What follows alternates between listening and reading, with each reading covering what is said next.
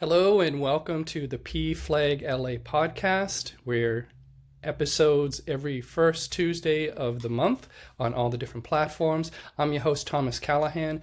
We're here to support the LGBTQ plus community. We have with us Anthony and Farah again back. How are you guys doing today?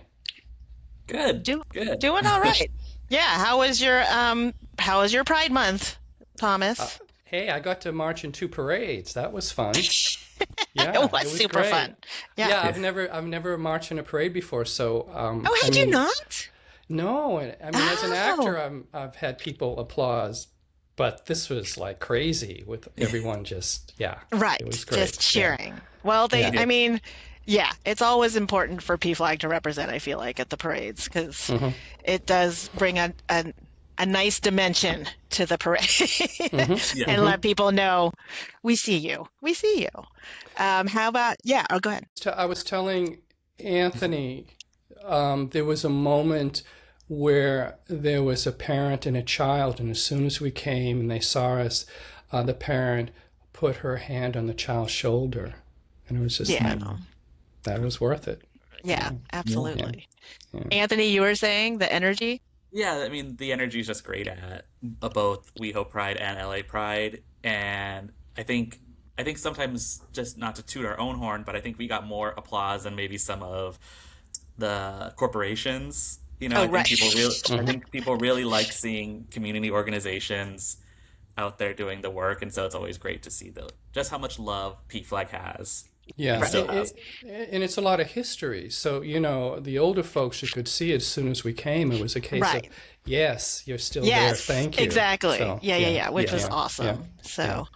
Yeah. So, it was beautiful. For today's episode, our guest is going to be BrandElsa Sage Pereira, and they are program coordinator of Rainbow Labs. They'll be with us in a moment, but before we do that, let's take care of some of the fun stuff we do, some business stuff with a word of the day. Farah? Yes, thank you, Thomas. Our word of the day today is gender non-conforming. What it is an umbrella term for those who do not follow gender stereotypes or who expand ideas of gender expression or gender identity. GNC does not mean non-binary, and all people, including cisgender, transgender, and non-binary people, can be GNC as well. This term really honestly hits home for me in particular, in the sense that I am a cisgender woman, but I don't fit nicely into the box of gender expression wise what a cisgender woman, I guess you would immediately think of, what would pop into a general person's brain. Right. Yeah. I do feel like kind of how I present myself to the world is it's not, I guess, super girly or frilly. I always see myself as fairly practical, but I also realize that sometimes I wear like my 14-year-old son's clothes. So maybe my gender expression is teenage boy. I'm not sure. There you go. But yeah, so gender non-conforming or just gender non-conformity, I think, is a beautiful and really, innate thing in all people, really. Mm-hmm. Yeah. All right. Thank you. Mm-hmm. So you can always go to the PFLAG main website, and they do have a glossary of other terms, this term if you'd like to revisit it. And if there's something you would like us to explain, we can do that as well. And another thing we'd like to bring to you is, as always, an event that happens within the community. It's July, and so I found on Wednesday, July 29th, there's Roll with Rollonda Skate Night. It's for all ages, for the LGBTQ plus community. Roller skating by Rollonda Cox. It's at the Moonlight Rollerway, which is in Glendale. And again, that's on July 29th. As always, if there's some event you would like us to present, please let us know. Always, you can go to our website, pflagla.org, for this information, for the word we present, and as well as the actual broadcast. Today, we're excited to welcome our guest, BrandElsa Sage Pereira. They are program coordinator of Rainbow Labs. Rainbow Labs emboldens queer and gender non-conforming youth through community building and also mentorship. Welcome to our program, BrandElsa. Thank you so much for having me. I'm really, really excited to be here and be in conversation with a wonderful organization such as PFLAG, especially in my hometown of Los Angeles. Woohoo! So it's exciting. Yeah. Okay, well, I just want to give also a little bit of a shout out to you, BrandElsa, and share a little bit more with our guest about you. Okay, Oh, so okay. everyone, I just want to talk a little bit more about BrandElsa Pereira is a performer, speaker, and stilt walker who's been bringing the magic to stages worldwide for over a decade. From dazzling crowds at Disney parks to inspiring youth through their own company, House of Elevation, BrandElsa's passion for sharing joy is undeniable. They're also, like Thomas mentioned, a program coordinator at the nonprofit Rainbow Labs, striving to create safe and affirming spaces for LGBTQ plus youth. Now, beyond captivating audiences, BrandElsa has made waves strutting with FX Pose at World Pride. Awesome. Riding through the NYC and the Macy's Thanksgiving Day Parade, even more cool. And even delivering the first ever TED Talk on stilts. Hmm. And so, Woohoo! That was great. It was great. BrandElsa It was encourages awesome. everyone to embrace their authentic selves and experience the magic of radical self-acceptance. So, I love that. I just wanted to share that with everyone, BrandElsa. Thank you so much. It's always funny because not I don't know if it's funny is the right word, but that's the word I'm going to use. It's always a little funny when I have, we all have our down days where we think that we don't do too much, we're not doing enough, or maybe, our life isn't as exciting as we want it to be. But then when someone reads back what you've done, you're kind of like, wait a second, no, I am living a really cool Yeah. life, or I am like Right. doing a lot. Hmm. So I think I needed that reminder this week as we're coming out of Pride Month, and I'm trying to like be more restful and reflective, as one Yes. typically does when the month ends or when a new moon starts. Not a new moon, I'm Yes. sorry, a full moon happens. But that's a whole nother conversation totally. It's No, I love it. You and yeah. I will connect on that. Okay. My rainbow energy during the month of June is like, okay, it's been all used up. I need to recuperate my rainbow energy. Got You it. We have to pour do. back into ourselves. And I'm like, I know this is like a podcast where like y'all are asking me questions, but like, how are you finding yourself like pouring it? Like, how do you recover from pride? I think that's the conversation that needs to be had. Yeah. That's the next TED Talk. That's That's the yeah. next It should TED be. Talk. Yeah. I know, How do right? we How recover to from recover. It's true. And you, I you, haven't you and me, even. BrandElsa, we'll do it together. Oh my gosh, you Yeah. guys should. And I'm I'll sort of teach you on newish to stilts. the Pride months with, more recently being PFLAG president, etc. And I don't know how you guys do it. Like, it really is hard. Tired. Even halfway through, I'm already like, when does it end? I'm so tired. Yeah. Yeah. Yeah. But then Yeah. getting in front of people and exchanging that love and joy does help to like fill my bucket and sustain me, right? It, I Yes. think it's a that, social. yeah, go ahead. Go ahead. No, No, go no, ahead. BrandElsa, go. You're the So guest. it's a social battery moment where Yeah. like I get very recharged by being in front of people, like you said, and I also really love meeting new people and getting a chance to just share my experiences. Or honestly, for me, it's seeing everyone just feel so open and honest with themselves. And like when I've gone to Pride, especially this year, like a couple of people who come up to the table that I was working at, either for Rainbow Labs or another nonprofit that a friend of mine works at that I like volunteered with. Hadn't they came up and they were like, "Oh, this is our first Pride ever." Like I met a couple Hmm. of people from Hong Kong who were like, they have Pride in Hong Kong, but they can't have parades and they can't have festivals as Right. large as like Right. Los Angeles Pride. And so having a conversation with them and them just being like, this is unlike anything we've ever seen, really like lights me up. And I'm like, you know what, this is a really good time. And like this kind of visibility and vibrancy and like this sort of like joy and exuberance that comes with the Pride season is like so worth it. It's something I really can't take for granted either, Right. because in Right. other places it's not as celebrated, and that's also like not only in overseas but sometimes in our own backyard Right. and In too. our So own. Yes, absolutely. So it is, yeah, it's wonderful that we can do it as big and as bold and as beautiful as we can here. Sure. yeah. So, I think I just want to know a little bit more about you, BrandElsa. Like, the history of you. Like, where you started, where you grew up at? How did you end up in the fabulous LA? Like, you start us Yeah. off. Oh, okay, cool. Like, buckle in, folks, if you're listening. So I born and raised in South Los Angeles. Like, I'm literally living in the house that I was raised in for the majority of my life, in Inglewood. Wow. I like Okay. real like I can see SoFi Stadium in the Kia Forum from my house. So World Cup madness and Olympics madness and all that Super Bowl stuff is like both exciting but also a But headache also, for me. But yeah. that's neither here nor there. But I was raised by a single mother and a grandmother in this home, and I was for my high school years, I was doing theater, but I wasn't necessarily out or even like consider like thinking about my sexual identity till about maybe 16 or 17. And I told one friend, I remember I told her as she was driving onto a roundabout to get onto the freeway. And I was like so afraid of telling her at that moment because I was like, if this doesn't go well, we're gonna spin out on the freeway. But like we got on the 405 no problem, and she was like, yeah, that's not an issue for me. And I was like, oh my gosh, thank you so much.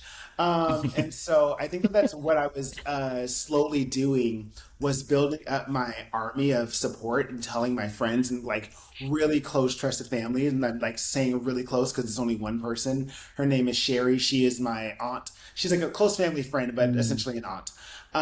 And I told her and I told her that I identified as a gay man at the time. So I told her at the age of 17, maybe 18. And she was like, and this is like, it's funny to say now, but like, she was like, when are you going to tell your mom? And I was like, oh, on her deathbed, because that's what those are for. Like, you just say it. And then I'm really big on like dropping big news when things are like possibly going wrong. That's Yeah. like, I don't know, dramatic side of me. I'm like, Flair. it's A a performer. dramatic flair. Oh, And so she's like, that's not going to happen. She's like, I'll even tell her if you want me to. And I was thinking that she was kidding. And I was like, ha ha ha, ha, tell her if you want. And I walked out the door. But then like the Not next kidding. morning, I got a phone call from my mom crying. And she was like, I just got off the phone with Sherry. And my heart sank. And I was like, oh my God, like it happened. And it was like, without going too deep into like the sad story of it all, there were some words that were said. There were a lot of tears. A lot of tears were cried. Words were said. Like unnecessary clothes were bought for retail therapy for myself. And like I was like, all right, I ripped the Band-Aid off, if you will. You know what I mean? And like all of those quote unquote life or death decisions that like life or death revelations that I was making, like I found out that I didn't die. Like I found life on the other side of it. And while being in college at UC Riverside, studying theater, I really involved with the LGBTQ community and like the resource center on campus. And through the years, eventually started running some student organizations. I was like hosting and producing the annual drag show on campus. And then I was like, oh, this is like my community, my team, my people. I found it. And I just got really involved on campus and like doing things for the community advocacy work, just like, showing up and being a presence on campus as a queer individual and like a queer group. Then I started working for Disney when I was 19 at Disneyland out here in California. And I never looked back. I was like, wait a second, there's queer people like singing, dancing, working. Like, it's queer Mecca. And I was like, compared Yes. to, and it's such a like a queer bubble in like a really not so queer friendly place as Orange County has slowly become over the years. Yeah. But at the same time, I'm like, wow, this is like a really cool spot. So I was like, okay, Disney's gonna be it. Disney's where I'm at. So I eventually like moved closer to Anaheim. I was working there for about 4 years. And then from there, I jumped ship literally to Disney Cruise Line. And I was basically taking everything that I knew and like kind of throwing it out the window because I was like, Disney Cruise Line is a totally different beast as far as performing and working goes. I Okay. don't know Okay. if anyone listening or any of you here have like experience like working for like a cruise ship, but if you've I ever have taken a not. cruise, Yes. you know that you get on the cruise on a Sunday, you get off on a Saturday, right? Something And like that. then Yeah. Something like that. But then, like, Yeah. what a lot of people don't kind of think about is that that Saturday that the first round of guests get off, that Saturday afternoon is a whole new round of guests, and it starts all over again. So when I tell you that my contracts were 6 months long, I had no days off. Like, the only way to Right. get a day off was to be sick. But I learned a lot about hard work for sure. But like the thing that I think really stands out the most from my time on Disney Cruise Line is my name. Yes. I wasn't born with the name BrandElsa, which shouldn't come Okay. as a surprise to people. But the name literally does come from the character Elsa from Frozen, Really which does. it came out the year that it came out the day that I heard Let It Go was the day that I got my contract offer for Disney Cruise Line. So I was like, do I actually let it go? Is this a white Norwegian woman like telling me how to live my life? And I was like, no, that's a little intense. That's a little intense. Like, it's not that serious. But then, like, I saw the movie, and then, like, the rest of the world, I was hit with Frozen fever. But I wasn't necessarily obsessed with the movie. I was obsessed with Elsa's character, just in Yes. what she represents, being like a woman who has so much power in herself, but is taught to be ashamed of it, to hide it, and like, to not be yourself. And then like what happens when she really lets it go. And I really was like at a point in my life when I was like 24, 25, really like not idealizing it isn't the word. Like I was like kind of going through similar journeys and similar experiences in life that I was like, I too should just let it go. I should see what I'm capable of. And that's when I started like seeing the world, and I was like traveling with Cruise Line. I was meeting all these different people, and I was having all these wonderful experiences. And I was like, oh, so it became like a little nickname for me on the cruise ship. And and I worked for the cruise ships for about 6 years. Wow. What So did you do on the cruise ship? I was a dancer and performer. Okay. Without giving too much away, like I am really close friends with the really tall characters, like Goofy and Woody. We're Okay. really close. We Yes. hung out a lot, Yes. you know. Yep. We can read between the lines. Cool, Yep. great. Yep. Like I just want to make We're sure in LA. We all know NDAs. We get it. Yes, great. I like Right. really close friends. I'm Yes. a really close friend of Goofy. Like I know Gotcha. him very well. There you go. I have There you go. walked in his shoes. There- And so, but did that, and then I went from Disney Cruise Line to Sesame Street. So I also know Big Bird really well too. So that's like I think one of the things those two characters really like still stick with me because I did them for so long, and like kind of like their way of seeing life and their joys, what I'm often tapping into when I'm like having really difficult times in life, or I also think that my Disney and my Sesame Street training, what's the word, inform my work and my ability to connect with youth when it comes to working at Rainbow Labs, and also connecting with families, and like just bringing a certain dramatic flair to it all. Like as you can obviously, like not obviously, but as you can probably tell from like seeing me, and for those who are listening, I'm sitting here with rainbow hair right now, and like my outfits are always somewhat on the fabulous side, as I have been told. Are And fabulous. so, thank you. Yeah. Yeah. And and so what happened was, sorry, I'm going to get back to the name real quick. When the pandemic happened and we all stopped working. I started not volunteering. I started working for a nonprofit, working on the social media accounts, and it was a queer nonprofit. And for the first time, they were like, "Oh, what do you want us to call you?" And I was like, "Oh, I'd never been asked that before." So I was like, "Call me BrandElsa."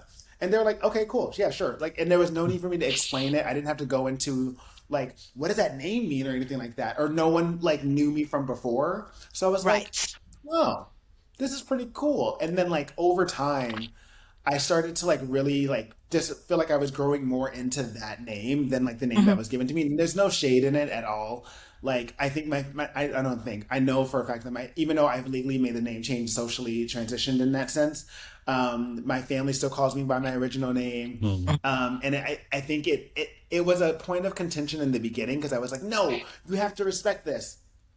And then I also was like, you know what? Like, it doesn't matter what other people call me. Like, it just matters like what I call myself, and that like, and like the people who like get it really do get it. And there's not, that's not to say that my family doesn't get me or understand me, but like, I get it. Like there were 30 years before this where they knew me as a name, and like it's really, there's certain things that I can't expect from some people, or I can hope for some people, but I also don't demand it. But like if I'm meeting you on the street for the first time, or like in a professional setting, like my name is BrandElsa, no ifs, ands, or buts about it. And honestly, I think that has kind of been like a positive thing, for lack of better words, for my own like self-esteem, because I'm like, I really feel like I have created myself and like been able to self-determine and self-actualize who I want to be in this world. And what I want to be is this person who is quote unquote larger than life, but also You're also literally taller than many people. this is true. Yeah, so it's not even quote unquote. I feel like you are larger than life. You're larger than my life physically. Yeah. Yeah, I stand tall at 6'3", but then also with my stilts, I'm 9 feet tall. Which is insane. I can't even fathom. I mean, I would like to fathom. Sorry, go. No, I should also. People often ask like, when did I learn stilts? I learned stilts at Disney that was my original. Oh, cool. My original role was a stilt walker, and then when the pandemic happened, like I would practice my own stilt walking and whatnot. But then when the pandemic happened, I was actually walking around my neighborhood on stilts just because I could, and like it was the safest, socially distant way to like get exercise. But also like, I will admit, like the performer in me was like, I need an audience. I need someone to clap for me, and like. Everyone is at home and they're working from home out their windows. So like, what are you going to do when you see a stilt walker walk down your window on a Thursday afternoon? Of course, you're going to go outside and talk to them. Right. And so I started like, it was the best way for me to meet my neighbors. And they were like, every week they're like, we see you, we miss you. Like, here's some water for you. And I was like, that's like the coolest thing. And that's how I started like kind of taking that idea of like stilt walking and actually like bringing it to neighborhoods and places that like people don't normally see it, because I live in Inglewood. You're not seeing stilt walkers. The circus isn't coming through that often. Yeah, like it's not a thing. So and then I started to find all these little like sort of metaphors for life. You know how one does if they like think deep enough.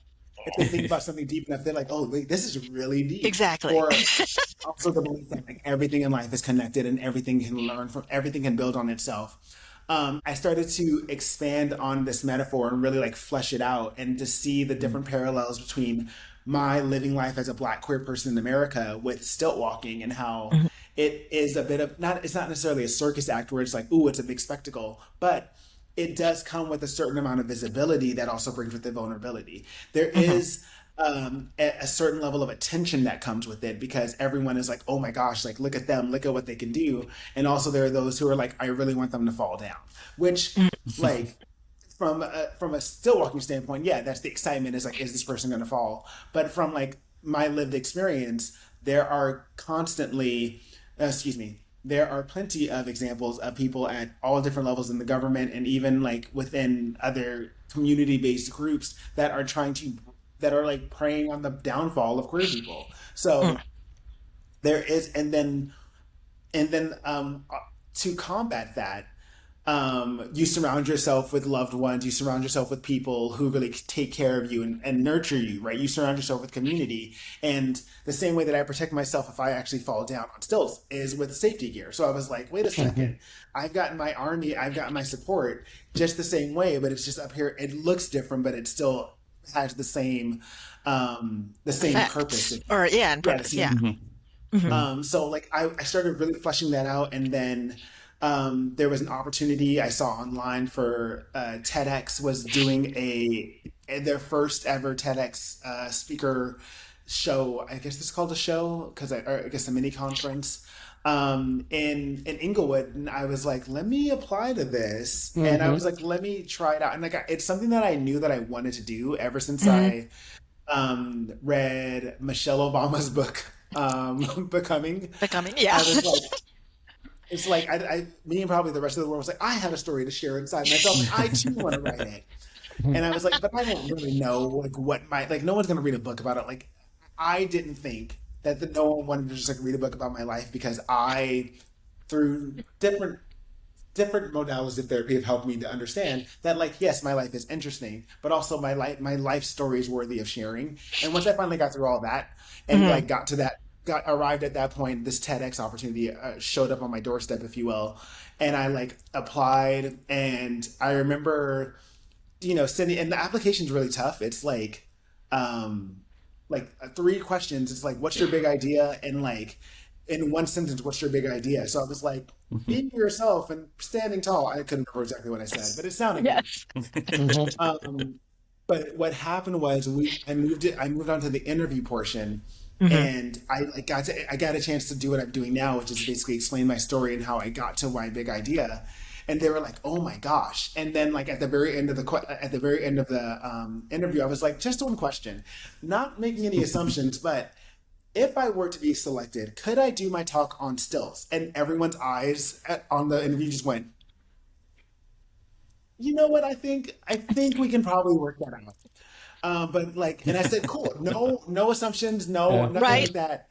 But like when I closed the interview, I was like, I knew I had it. Like, You're like, that's it. It's in the bag. It's one of those moments. Yeah, it was like the moment where it was like, I'm about to, and then it hit me. I was like, I'm about to be the first person to do a TED Talk on stilts. Like, I'm like, this is about to be really. That's pretty fun. Yeah.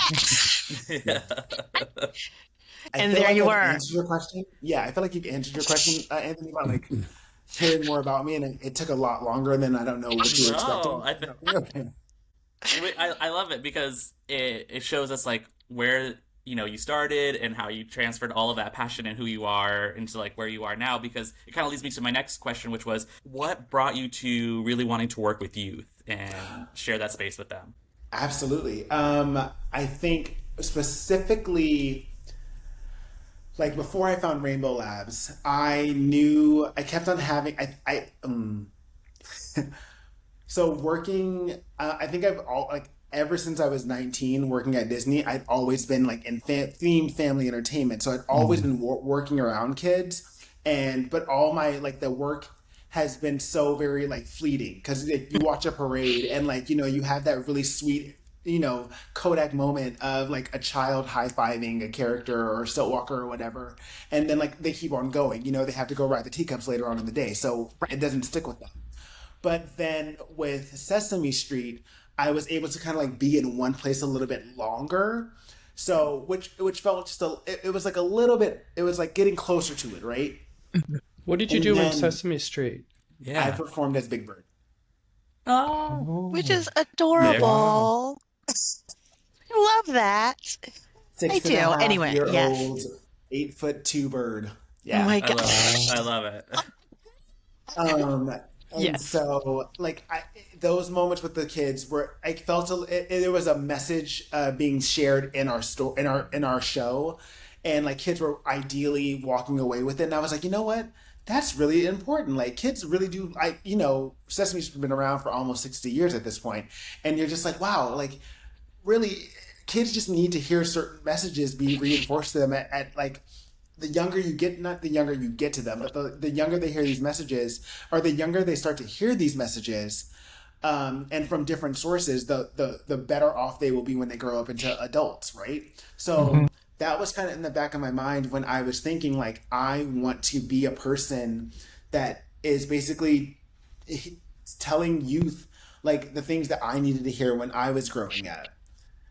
And so I think that was a part of the driving force behind my desire to share my story and make it not necessarily kid friendly, but kind of targeted towards the either young people or the young person inside all of us, because that's another thing that I'm learning as I grow older in life, is that like that little child is still there. That little child who felt rejection and isolation and felt different and felt bad for being different, and like always this isn't a real word, but chameleonized themselves to fit in. I guess the word adapt would also work, BrandElsa. So I just use that. But I like chameleonized better. Chameleonized has a nice flow to it. I like it. Let's make it a word. We're making it a word. Okay, cool. So, it's a word officially. It's a word. For that kid who chameleonized themselves still lived within me, and in some cases was still showing up doing that protective behavior. And so it took me a second to like kind of get in touch with little baby bees, what I call them. And I'm like, no, I've got you. You hear about all the inner child work that people talk about like on the social media and stuff. And so honestly, in my case, in my experience, some of it helps. So I buy into the woo woo of it. But It's not that um, woo-woo though. I feel like it's been, I mean, Yeah. it depends on, I do feel like it depends on how it's couched, because it can sound like yes, it's woo-woo, but there is some real, like, I feel like data and research for into sure. it that it is important. It is a good foundation psychologically of like working through things, right? So Yes. I don't don't dismiss it. I feel you. Thank you. Thank you Little for F grounding that feels for baby me. B. Thank you. Thank you. I Yes. love that. Thank you, baby.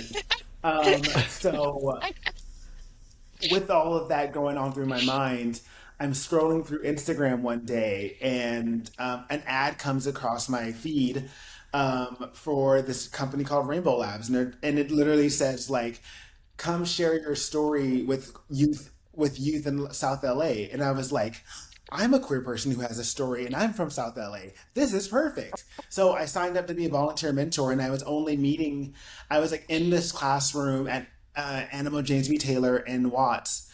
And I was going twice a week for 1 hour a week. And it was like down, it was literally 10 minutes away from my house, excuse me. And it was just about teaching youth how to like share their story that they have inside of them, and it doesn't have to be like their whole life story, like rooted in trauma either, because like we all know that people, we like kids today are getting have trauma to our whole are being asked and or sometimes told to hold traumatic experiences at younger and younger ages. But it's not like we were trying to like root for that and like kind of go trauma mining. It was more like, what's the story that happened to you, like a funny story that happened to you on the way to school yesterday, or something, your favorite summer holiday, your favorite summer event, and like kind of building out and crafting a story around that.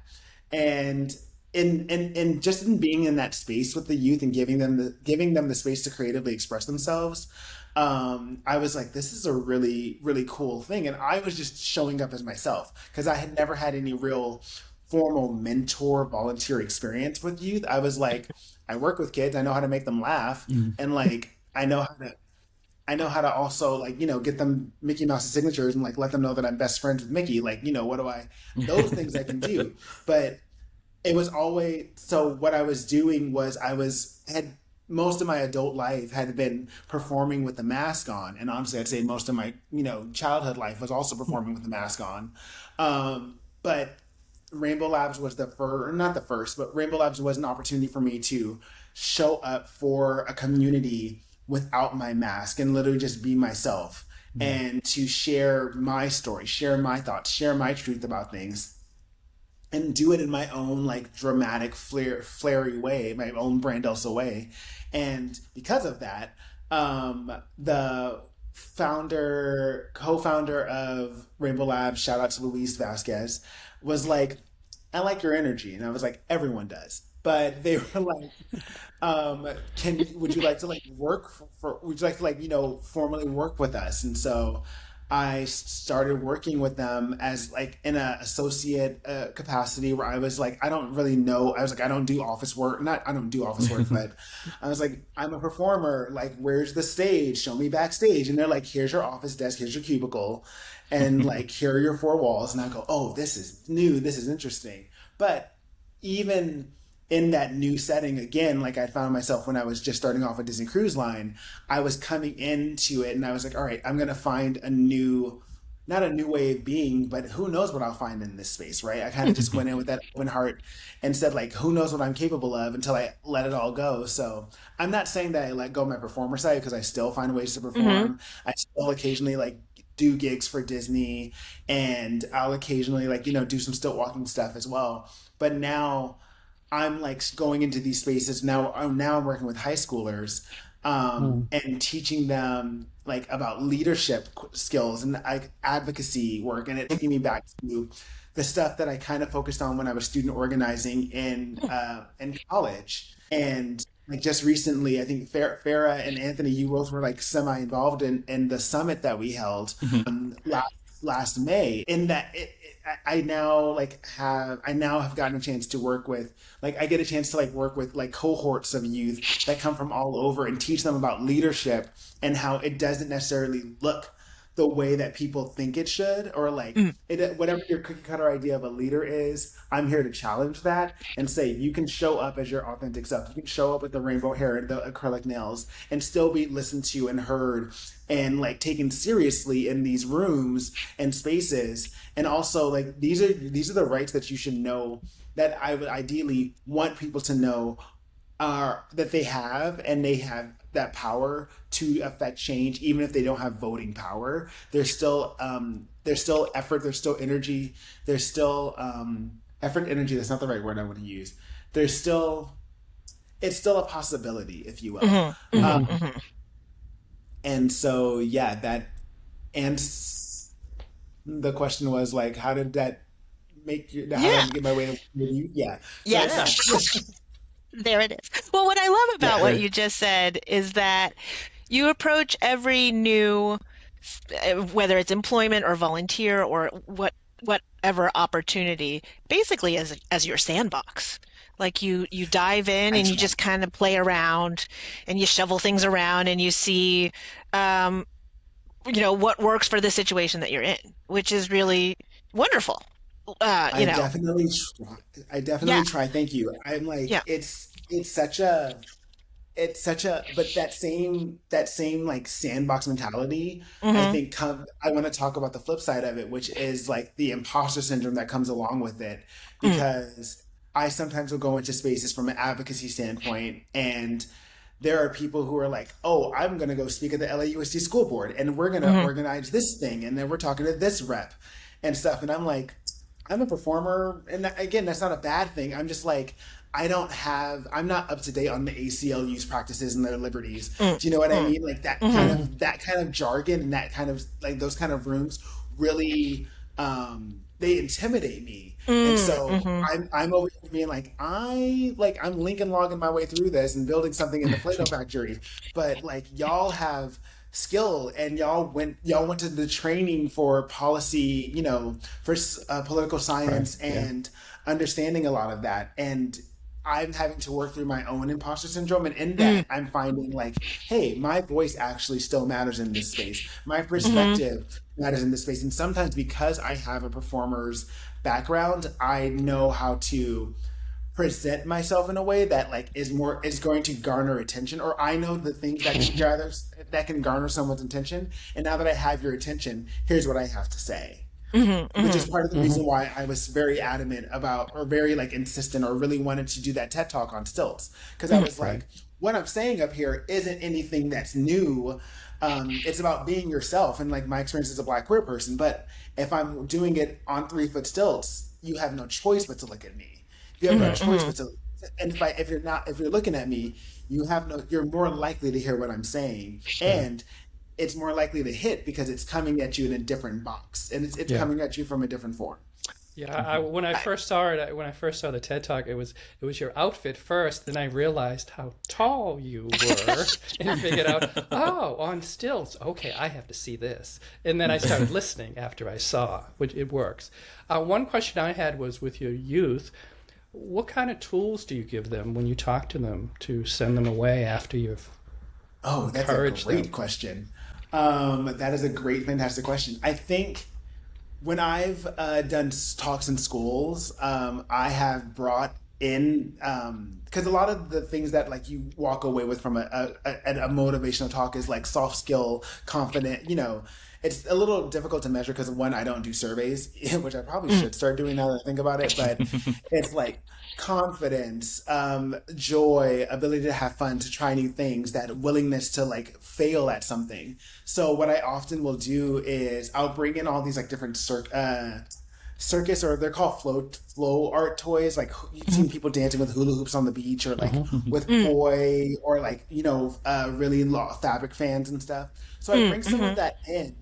And I'll oftentimes ask any of the youth, like, if they want to try these things, and like I teach them like very simple tricks and whatnot, because it's getting them, one, to stand out in front of an audience and their peers, and then like to like follow directions and to like try something new. And if they get better at it, they get celebrated for it. So that's, I think, some of the things that I can do, or like that I have done. And then at the very end, I'm always like, who thinks that they can do, like they've seen me walk on stilts for like 30, 45 minutes or whatever. And like, and at that point I'm making it look really easy. So I ask who thinks that they can do this? And usually a bunch of kids like raise their hands. So I'm like, all right, well, let's see. And like, I bring out these little baby stilts. It's a very like, I think like the platform is like maybe a foot and a half off the ground at the most. Okay. And Okay. they're kind of like, they just have little, it's like a little tiny platform, and they have like a handle, some very similar to how a crutch looks. And like you put it underneath Okay. your. Yeah. So like I'll like I'll have like one brave volunteer come up, and I'll hold on to the stilts from above, but then they'll get on the stilts, and I'm like, all right, like let's take little baby steps, and like they start walking, and then like it's kind of like that thing when parents like are teaching their child how to do training wheels. I'll say I'm holding on, but then like I'll like You'll remove my back hand. up. Yeah.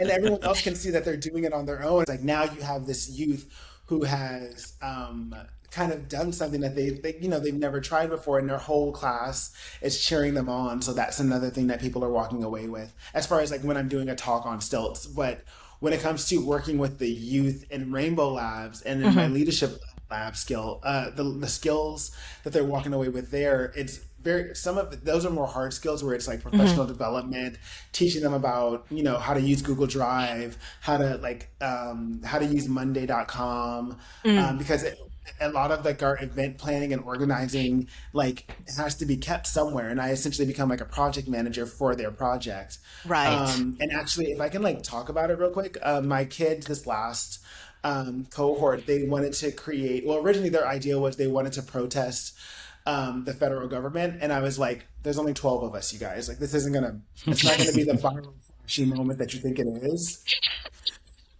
It's like sometimes You gotta tell it like it is a little bit. Exactly. No, there's reality. Yeah. I was like, I know what y'all want, and I know what you're asking for. Yep. I was like, cannot. But what we eventually like landed on was this. They wanted to create a resource guide for queer LAUSD school students, and I was like, all right, great. And then I found out about this technology that I taught. I showed it to them, and they all voted on it, and they said they wanted to do it. But it's this little card here. It says the card is just a decoration. It says minimize isolation and maximize connection. But it's a little plastic card. No, it's like the size of a credit card, and it's a tap card, very similar to like a Like a bus MTA pass or pass. something. Yeah, exactly. Okay. And what happens is if you when you tap your phone to this card, it pulls up a landing page that is nothing. It's filled with resources for queer youth, and it's like different organizations that have summer programming or safe spaces or food drives or whatever. All of it's listed there on this directory that people can like. It has their name, the address, the Instagram, what they do, the type of service, and it gets updated like, you know, every few weeks or something like that. Wow. And that's something that they're like now trying. Like that's like the next. Spoiler alert for my next cohort, if they ever hear this, is that that's their next mission is to like kind of like, now that they've created this card, is to like get it out there so that more people have access to it, more kids feel safety, and then more organizations know about it, so that they too can start connecting with can get like their information tapped on this card, so that more kids know about more organization. And just have access. That's amazing. Go So it's something kids. that was project like 3 months in the making, and like now they have that whole experience to write on a resume, to say like, That's hey, amazing. like when someone's like, what have you done? You're like, I was part of this project that actually is to combat homophobia and queer and like anti-queer rhetoric at LAUSD school systems and LAUSD school sites, and like it's all contained on this card. Right. Like That's amazing. Yeah. What employer is not going to be like wowed and blown away by a and be like, 17-year-old student? yeah, you're hired. Like, just immediately. That's more than many adults could do in 3 months, frankly. So just putting it out there, that's Pretty amazing. That's so awesome. And I did want to ask you in terms of the kids, because I was telling Anthony and Thomas this previously that I was so blown away by the kids and young adults at the Rainbow Lab Summit. Like I was like, wow, like and I mean just from all aspects, um, it just feels like they feel empowered in themselves. And even the kids who are like, you know what, I don't feel comfortable participating right now. I was like, wow, they're empowered enough to be able to say, I don't feel like participating, and that is their choice.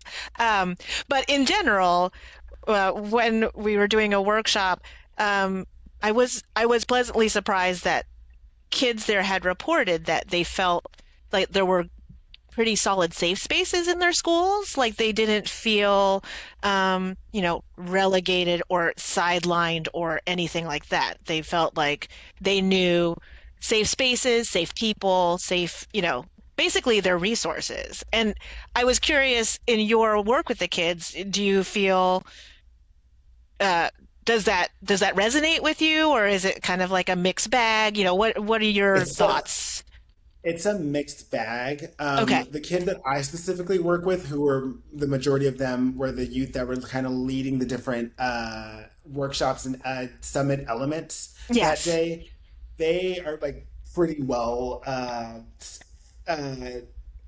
what's the word? They're pretty well connected and also like pretty safe in their identities and whatnot. Okay. Because these are like the people who the youth who oftentimes are doing the extracurricular activities outside of school are the ones who are like really active in the community Right. or That's true. very sure of themselves. Do you know what I mean? Yeah. Yeah. Um, Yeah. but we do have some of our programming happens at actual school sites, Okay. and those that's where you get like a more mixed bag of like someone who is very very shy at school and feels like Rainbow Labs is their only safe space, or Okay. when we were doing some surveys. My youth, when they were preparing for this card, they were doing surveys of their friends at their school, and asking their friends like, do they feel safe on campus? And they're like, there are certain teachers they feel safe on, or they have experienced, maybe not, maybe if they didn't experience any kind of like anti-queer behavior directed towards them directly or firsthand, they have seen instances where it happened, but to other people. So I find that like it's I'm not saying like, oh, just because, and I don't think you're saying this either, but like, oh, people at the summit are like, no, we're good, we don't need safe spaces. But like, it's more on the lines of, I'm seeing the youth who aren't at the summit, who don't know Right. about the safe space. Right. They're the Yes. ones that are they're the ones that are they're the vulnerable ones that we are trying to like do our best to reach them, Right. and do what we can to make sure that they know about what's available for them. Right. That they can find these safe spaces. The Yeah. card is amazing. Yeah, I've never seen such Yeah. a. Yeah, that's great. I Yeah. saw it when BrandElsa presented it at the LGBT Coalition on our Zoom, so I thought it was awesome. And so, how does one get one? Honestly, we are like not limited edition, but if you just send me your address, I can send you You're one. like, Okay. Because Right. if you don't know by now, you're not gonna go. no, Limited edition. the way that people are getting them, or the way that I'm trying to distribute them, at like the first round of distribution happened at the summit, right? And we had like 75 people show up, so it gave a good majority of them. And then like I think in the like weeks after, I was showing up at like different events like the Mobilization Coalition, but in person. And I was like, have you heard about what my kids did? I'm not a parent, like, but I imagine that that's the same energy that people are like, here's the latest picture of my baby. Like I was Yeah, doing right. Right. Yeah. Yeah. Yeah. I was like, Yes. have you seen what my kids have done? And I was like, Exactly. I have Just the 12 kids, and pride. they all- yeah. So Yeah, it was like handing them totally. out to people then. But the next batch that we have ordered, it's unfortunate that Pride is already over, but the batch came in a little too late. But now the next time that Rainbow Labs is doing any sort of like community outreach tabling, Yes. Right. for the youth who come up, and like it's sort of kind of part incentivizing, where it's like, hey, if you sign up for our mailing list, you can get one of these cards so that you always know what's going on. Or anyone who comes a part of our program, like we have a One Build Summer, our summer program, which starts next week. We have about 30 youth that are involved in that, all from all over LA County. I think all over South and East LA. but they'll get a card. Do you know what I mean? And Yeah, then yeah. the idea with that is like, oh, take this to your GSA, take this to your campus, and if y'all want to know about it, you can contact Rainbow Labs, and my cohort, can go out and train your team how to do it. And then you can make that card specific, work for your community in your space, and then all of a sudden, everyone, if what is it? Who is it? Like my comic book superhero. No, I guess it'd be a comic book villain story. Like this is like, what is it? Pinky and the Brain world domination moment. Like in my world domination moment, I think like everyone has one of these cards in their wallet. Like that's how I just want to take over the world. Right. There you go. Like, there you go. Everyone has safety in their back pocket. Right. There you go. Is it, what? Is it something that can be scanned in to say like, okay, so I have an Android and I know that most people don't have Androids, but is it something that can be scanned in like Google Wallet or Apple Wallet? That is a good question. That I like if you were to save it on your Apple Wallet, I do not know if that has. I'm sure it probably can be. Right. Because what it essentially does is that it pulls up like an internet browser, like a Safari link or a Google Chrome page. Is what it opens up on your phone. So we didn't come up with the technology. So like, okay. That's a good question that's a question for me to take to the people who made these cards and be like, hey, are y'all like, think about working on this way. And then exactly. Because then it's like, work out the bugs. Exactly. We'll promote it. Exactly. We'll be right there. Because the way that this card was originally supposed to be designed, when I found the company that makes these, they're like, oh, it's for a digital business card. And I was like, a digital business card, but you can put whatever you want on it. And they're like, I guess. And I was like, cool, I'm going to do it this way. And that goes back to the thing about taking what's in my sandbox and kind of like going for it. Exactly. Yeah, which I love. BrandElsa is there anything that you want to like share out to the world or our audience of like a message you want them to think about, whether that's for parents to think about or for youth to think about, or just something that you want to share out as a message? I think it goes, I think it's applicable to everyone, but parents like ultimately just very simply like love your kids, love and believe them when they tell you who they are, and be open to that version of who they are changing throughout their entire life. I think that there's like this belief that, oh, you have to be a certain age or you have to have a certain amount of experience before you know what you are or what you do or you don't like. And that's not the case. Like this is me probably like butchering some sort of psychology report, but I feel like I read somewhere or heard somewhere that like children are as young as 4 are starting to really understand and develop a sense of identity and a sense of like who people are, and like it's starting to like develop a sense of themselves. So let them explore that. Let them play in the sandbox, if you will. Because if you give because what I'm learning through my own therapy is that if you give your kid the love and the reassurance to try things out, to mess things up, to like experiment when they're younger, they're not going to be so afraid or so anxious to do it when they're older. And that anxiety and that fear can really lead people down a path that is difficult to come back from. And so that's my way. That's like, it's not a doomsday message to parents, but it's more like there's a lot of good that can be done right now just by loving your child as who they are. And I think if I were to share, it's okay. Go ahead. This is your stage. Exactly. I'm prepping for the next TED Talk. There we go. This is the next TED Talk. But if I were to say anything to the rest of people who are listening who aren't parents, but anyone else, is that you're loved, so deserving of being here. You are a miracle when you think about like what it takes for us to be born.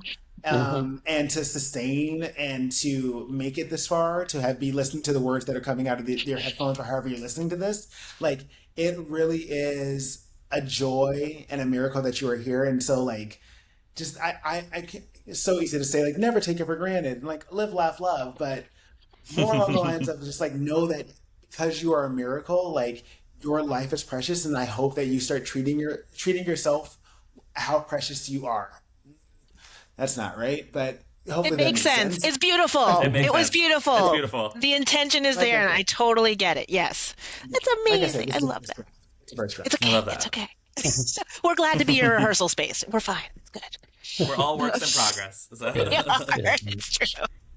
Well, I think swinging back to being on the stilts, that you were taking a risk because you could fall. Just simply from that point. But the modeling of doing that, of taking that risk, and I'm sure when you first did stilts, you probably terrified. Terrified, and you probably fell a little, or how does that work? That you We holding go onto through walls? fall training. We go through fall Well, training. that would be important. Yeah. I was very lucky to have never fallen when I was at Disney, but I have fallen many a time. Yeah. And what happened? What happened after that? You got up. I get back up. Yeah, It's I as simple actually as have a video that went not super viral, but it garnered almost 100,000 views of me explaining that to a group of people, where I just fall and everyone's like, "Oh my God!" And then I'm like, Right. "But you can see that I'm fine, though, right?" And they're like, "Oh, wait a second." Sometimes you have to, Thomas, if I can put another log on top of that fire that you're building, is sometimes you have to let yourself fall to, one, know that you'll be okay, and then two, prove to yourself that you can build yourself back up. That's how that's how that resilience is built. And then at the end of that video, I actually pick myself back up off the ground. I know that's impossible on stilts, but I find a ledge and pull myself Yes. back up. Right. Sure. Right. Yeah. And All right. in the video, someone's like, "Oh, do you want help?" And I was like, "No, I think I got it." And it's Right. a perfect little. It is a perfect little encapsulation. metaphor. Yeah. Yeah. Yeah. Mm-hmm. So that's All right. wonderful. Now I got to learn how to be on stilts. I might need to know take you're some. partially only kidding, I don't know if but I could really handle want you Farrah to on do it. stilts. Honestly, How about I'm not ours sure. with me? You'll be unstoppable. Oh, there you go. There you go. Oh God. Yeah. My husband would die. He would anyway. No, that's a whole nother conversation. That's another conversation. We have many conversations to undertake Yes, in the future. that we do. All right. Well, BrandElsa, thank you so much for being with us today. We really appreciate your insight and to be able to hear what you have to say, and that you're spending time with youth, because it's so important to be there for them at that stage so that they can do things like you're doing. So thank you very much. Wow. Well, thank you so much for inviting me onto here and be able to share my story and share a little bit of my insanity and my crazy viewpoints with all three of you, but also the audience that gets to listen as well. All right. Thank you. Absolutely. Well, that's our podcast for today. Again, the PFLAG LA podcast is on all the different platforms. We release every Tuesday. You can always go to pflagla.org to see some of the past episodes as well. So again, thank you for being with us today. Thanks for our co-hosts and the people in the background that obviously help us at PFLAG. And as we say every month, take care of yourself and take care of each other. Thank you for being with us.